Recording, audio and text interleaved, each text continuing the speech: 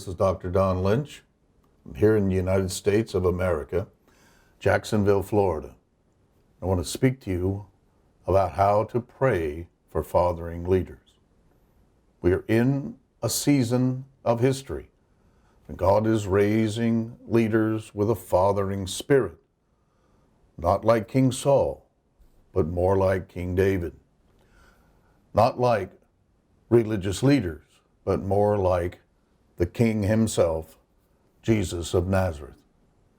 As we see these fathering leaders leading nations, regions, territories, coming into our own lives, strengthening us to endure the discipline that produces maturity, the kind of fathering leaders we need in this generation, we know that God is going to surround them with intercession. For more than 20 years of fathering leadership and 50 years of ministry, the Lord said to me, I will surround you with intercessors. I will assign intercessors to pray for your ministry. As they surround your ministry and provide this covering, they will eliminate smaller things that would distract you, take up your time, or limit and diminish your leadership. Do not attempt to go further than your intercession can go. Don't go to nations without the intercession in place to surround you as you go. I will raise up intercessors, but you must mature them and keep them focused. And so as a fathering leader, I have trained hundreds, even thousands of people in intercession and taught them how to pray with the passion of the Father. When His passion, that is the Father in heaven's passion, comes upon you, you will pray like Jesus prayed. You will pray like fathering leaders pray. And then you will understand how to pray for fathering leaders because you feel the heart of the Father for them.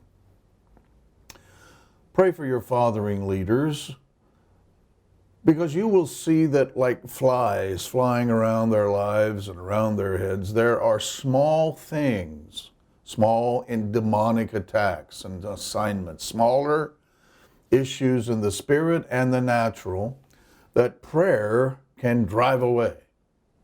Like a mighty wind, your intercession will blow those smaller issues away from His face, so out of the field of His vision, so that he is not distracted by small things when God has called him for bigger and greater and more authoritative leadership.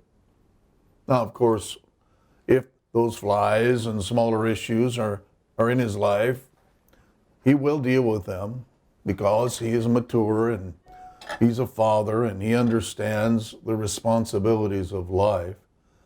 But because he's dealing with smaller things, he cannot remain focused on what's next and bigger things to which God has called him as a leader. When you see your fathering leader as being expanded, as being exalted, as being given greater responsibility, your intercession becomes even more important. This means you're being called to step up in intercession, to deal with these small things that you can deal with. You can win these smaller battles so that he can engage with principalities, rulers, and cosmic dominators, that he can step into the issues that will influence a region, a territory, a nation. This is your great responsibility and privilege, and you'll feel the heart of the Father in heaven for the heart of your own spiritual father. Pray for his family, because the enemy will definitely attempt to touch his family, to distract him emotionally, mentally, to weaken his will so that he is given to things that are distracting from the higher calling of his apostolic our prophetic life.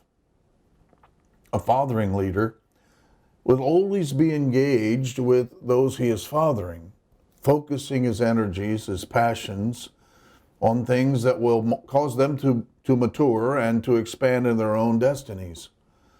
But at the same time, he must be completely faithful to his family, his spouse, his children and grandchildren. And if the enemy can touch them, it can be a distraction that diminishes, that turns him from the thing that God has called him to do. When you see your fathering leader is being called to do greater, step up your intercession and cover his family. Lift their names before God and increase the covering, the surrounding that God has called you. Get in your place. One of the things about these kinds of intercessors is they are watchmen. And we hear the word of the Lord in the Old Testament that we must stand in the gap. The gap is the place left empty where your intercession must step in. The gap is the place where you step in and you make up what's broken or left unfulfilled or unfinished in a wall that surrounds that fathering leader. Now, Paul was a great fathering leader, and he asked for prayer many times. He asked the people for whom he was providing fathering leadership, pray for me. Pray for me while I'm in prison. Pray for me while I'm preaching. Pray for me when a great door has opened so that my ministry will be even more effective to touch nations. Pray for me, because as that door opens, there are also new and greater enemies. And when this time comes, you as the intercessor step up in your intercession and you cry out to God for your fathering leader.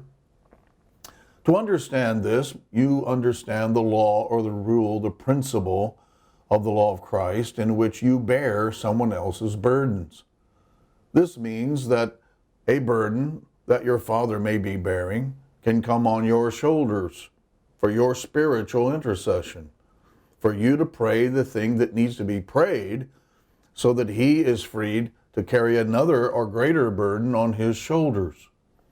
Now I pray for you right now that every burden on your shoulders that is not from the Lord, the ones you have taken on but are not your assignment, are removed.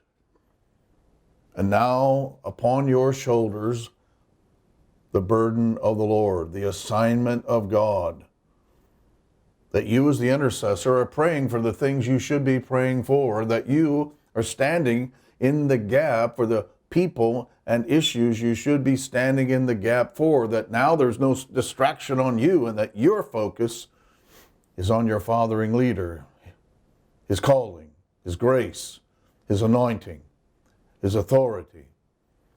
You are causing small things that would distract him to be dealt with in the Spirit by your own prayers. As you pray in the Spirit and you pray consistently, you pray by assignment, you pray in the night, you pray in the day, and you pray during the day because you are feeling the heart of the Father and the heart of your own spiritual father, and you are praying for things that if you do not pray will burden him.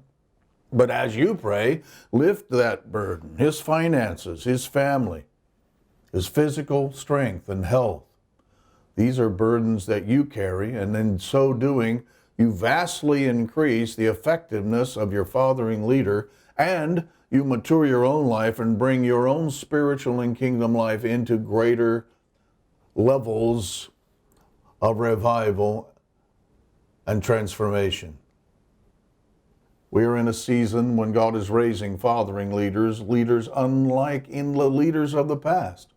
They're young, they're old, they're different in size, but you will recognize the fathering leader by the burden the Father in heaven puts on your heart. And he will call you to surround him, praying for him, his finances, his family, his physical body.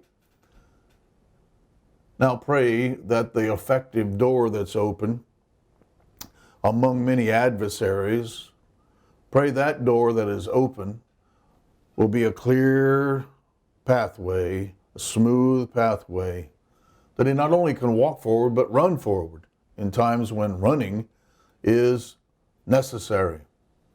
Remember what happened when Moses sat on the rock observing a battle that the entire nation was fighting, and many were being driven back, and his own people were being killed, until Moses, as a fathering leader, began to raise his hands. He raised his hands and the battle would change.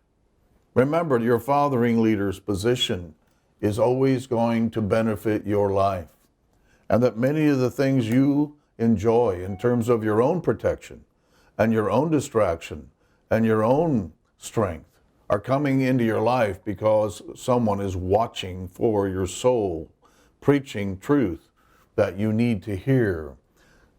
And as Aaron lifted his hands, the battle would go in favor of the people of God.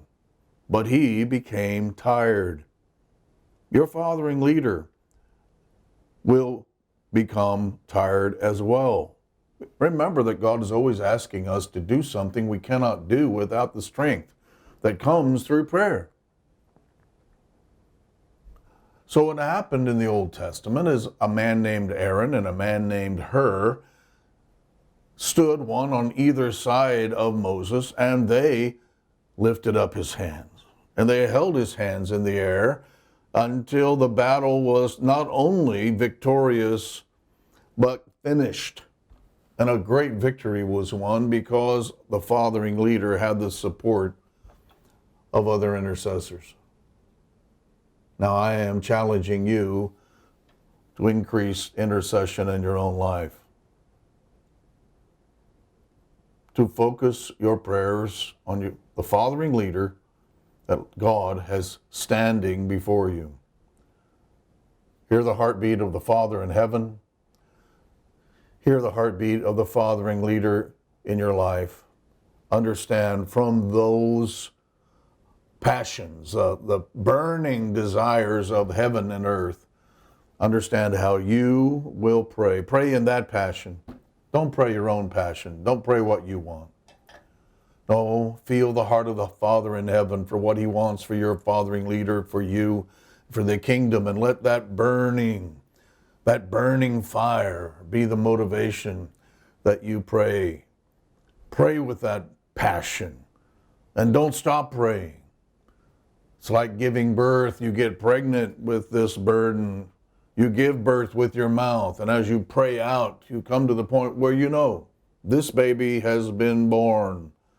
Then you get pregnant again, and you will pray to give birth. You will groan, and God will groan with you, and you will birth great purposes. There are fathering leaders for regions, certainly for individuals and ministries, but also regions and territories and nations. And as a fathering leader, these more than 25 years, I've been studying fathering. I've been fathering myself, writing books on speaking about fathering. And so I am bringing to you this message and challenge to pray for your fathering leader as you have never prayed before. And let this focused and effective intercession give your fathering leader the strength in every area of his life that he needs to finish, to fulfill. For we are in a day of great harvest in every nation on the earth. Will you pray? Will you remain strong and true in prayer and faithful? Because what you are doing in prayer is the most powerful thing on the earth. I'm Dr. Don Lynch. This is how you pray for fathering leaders.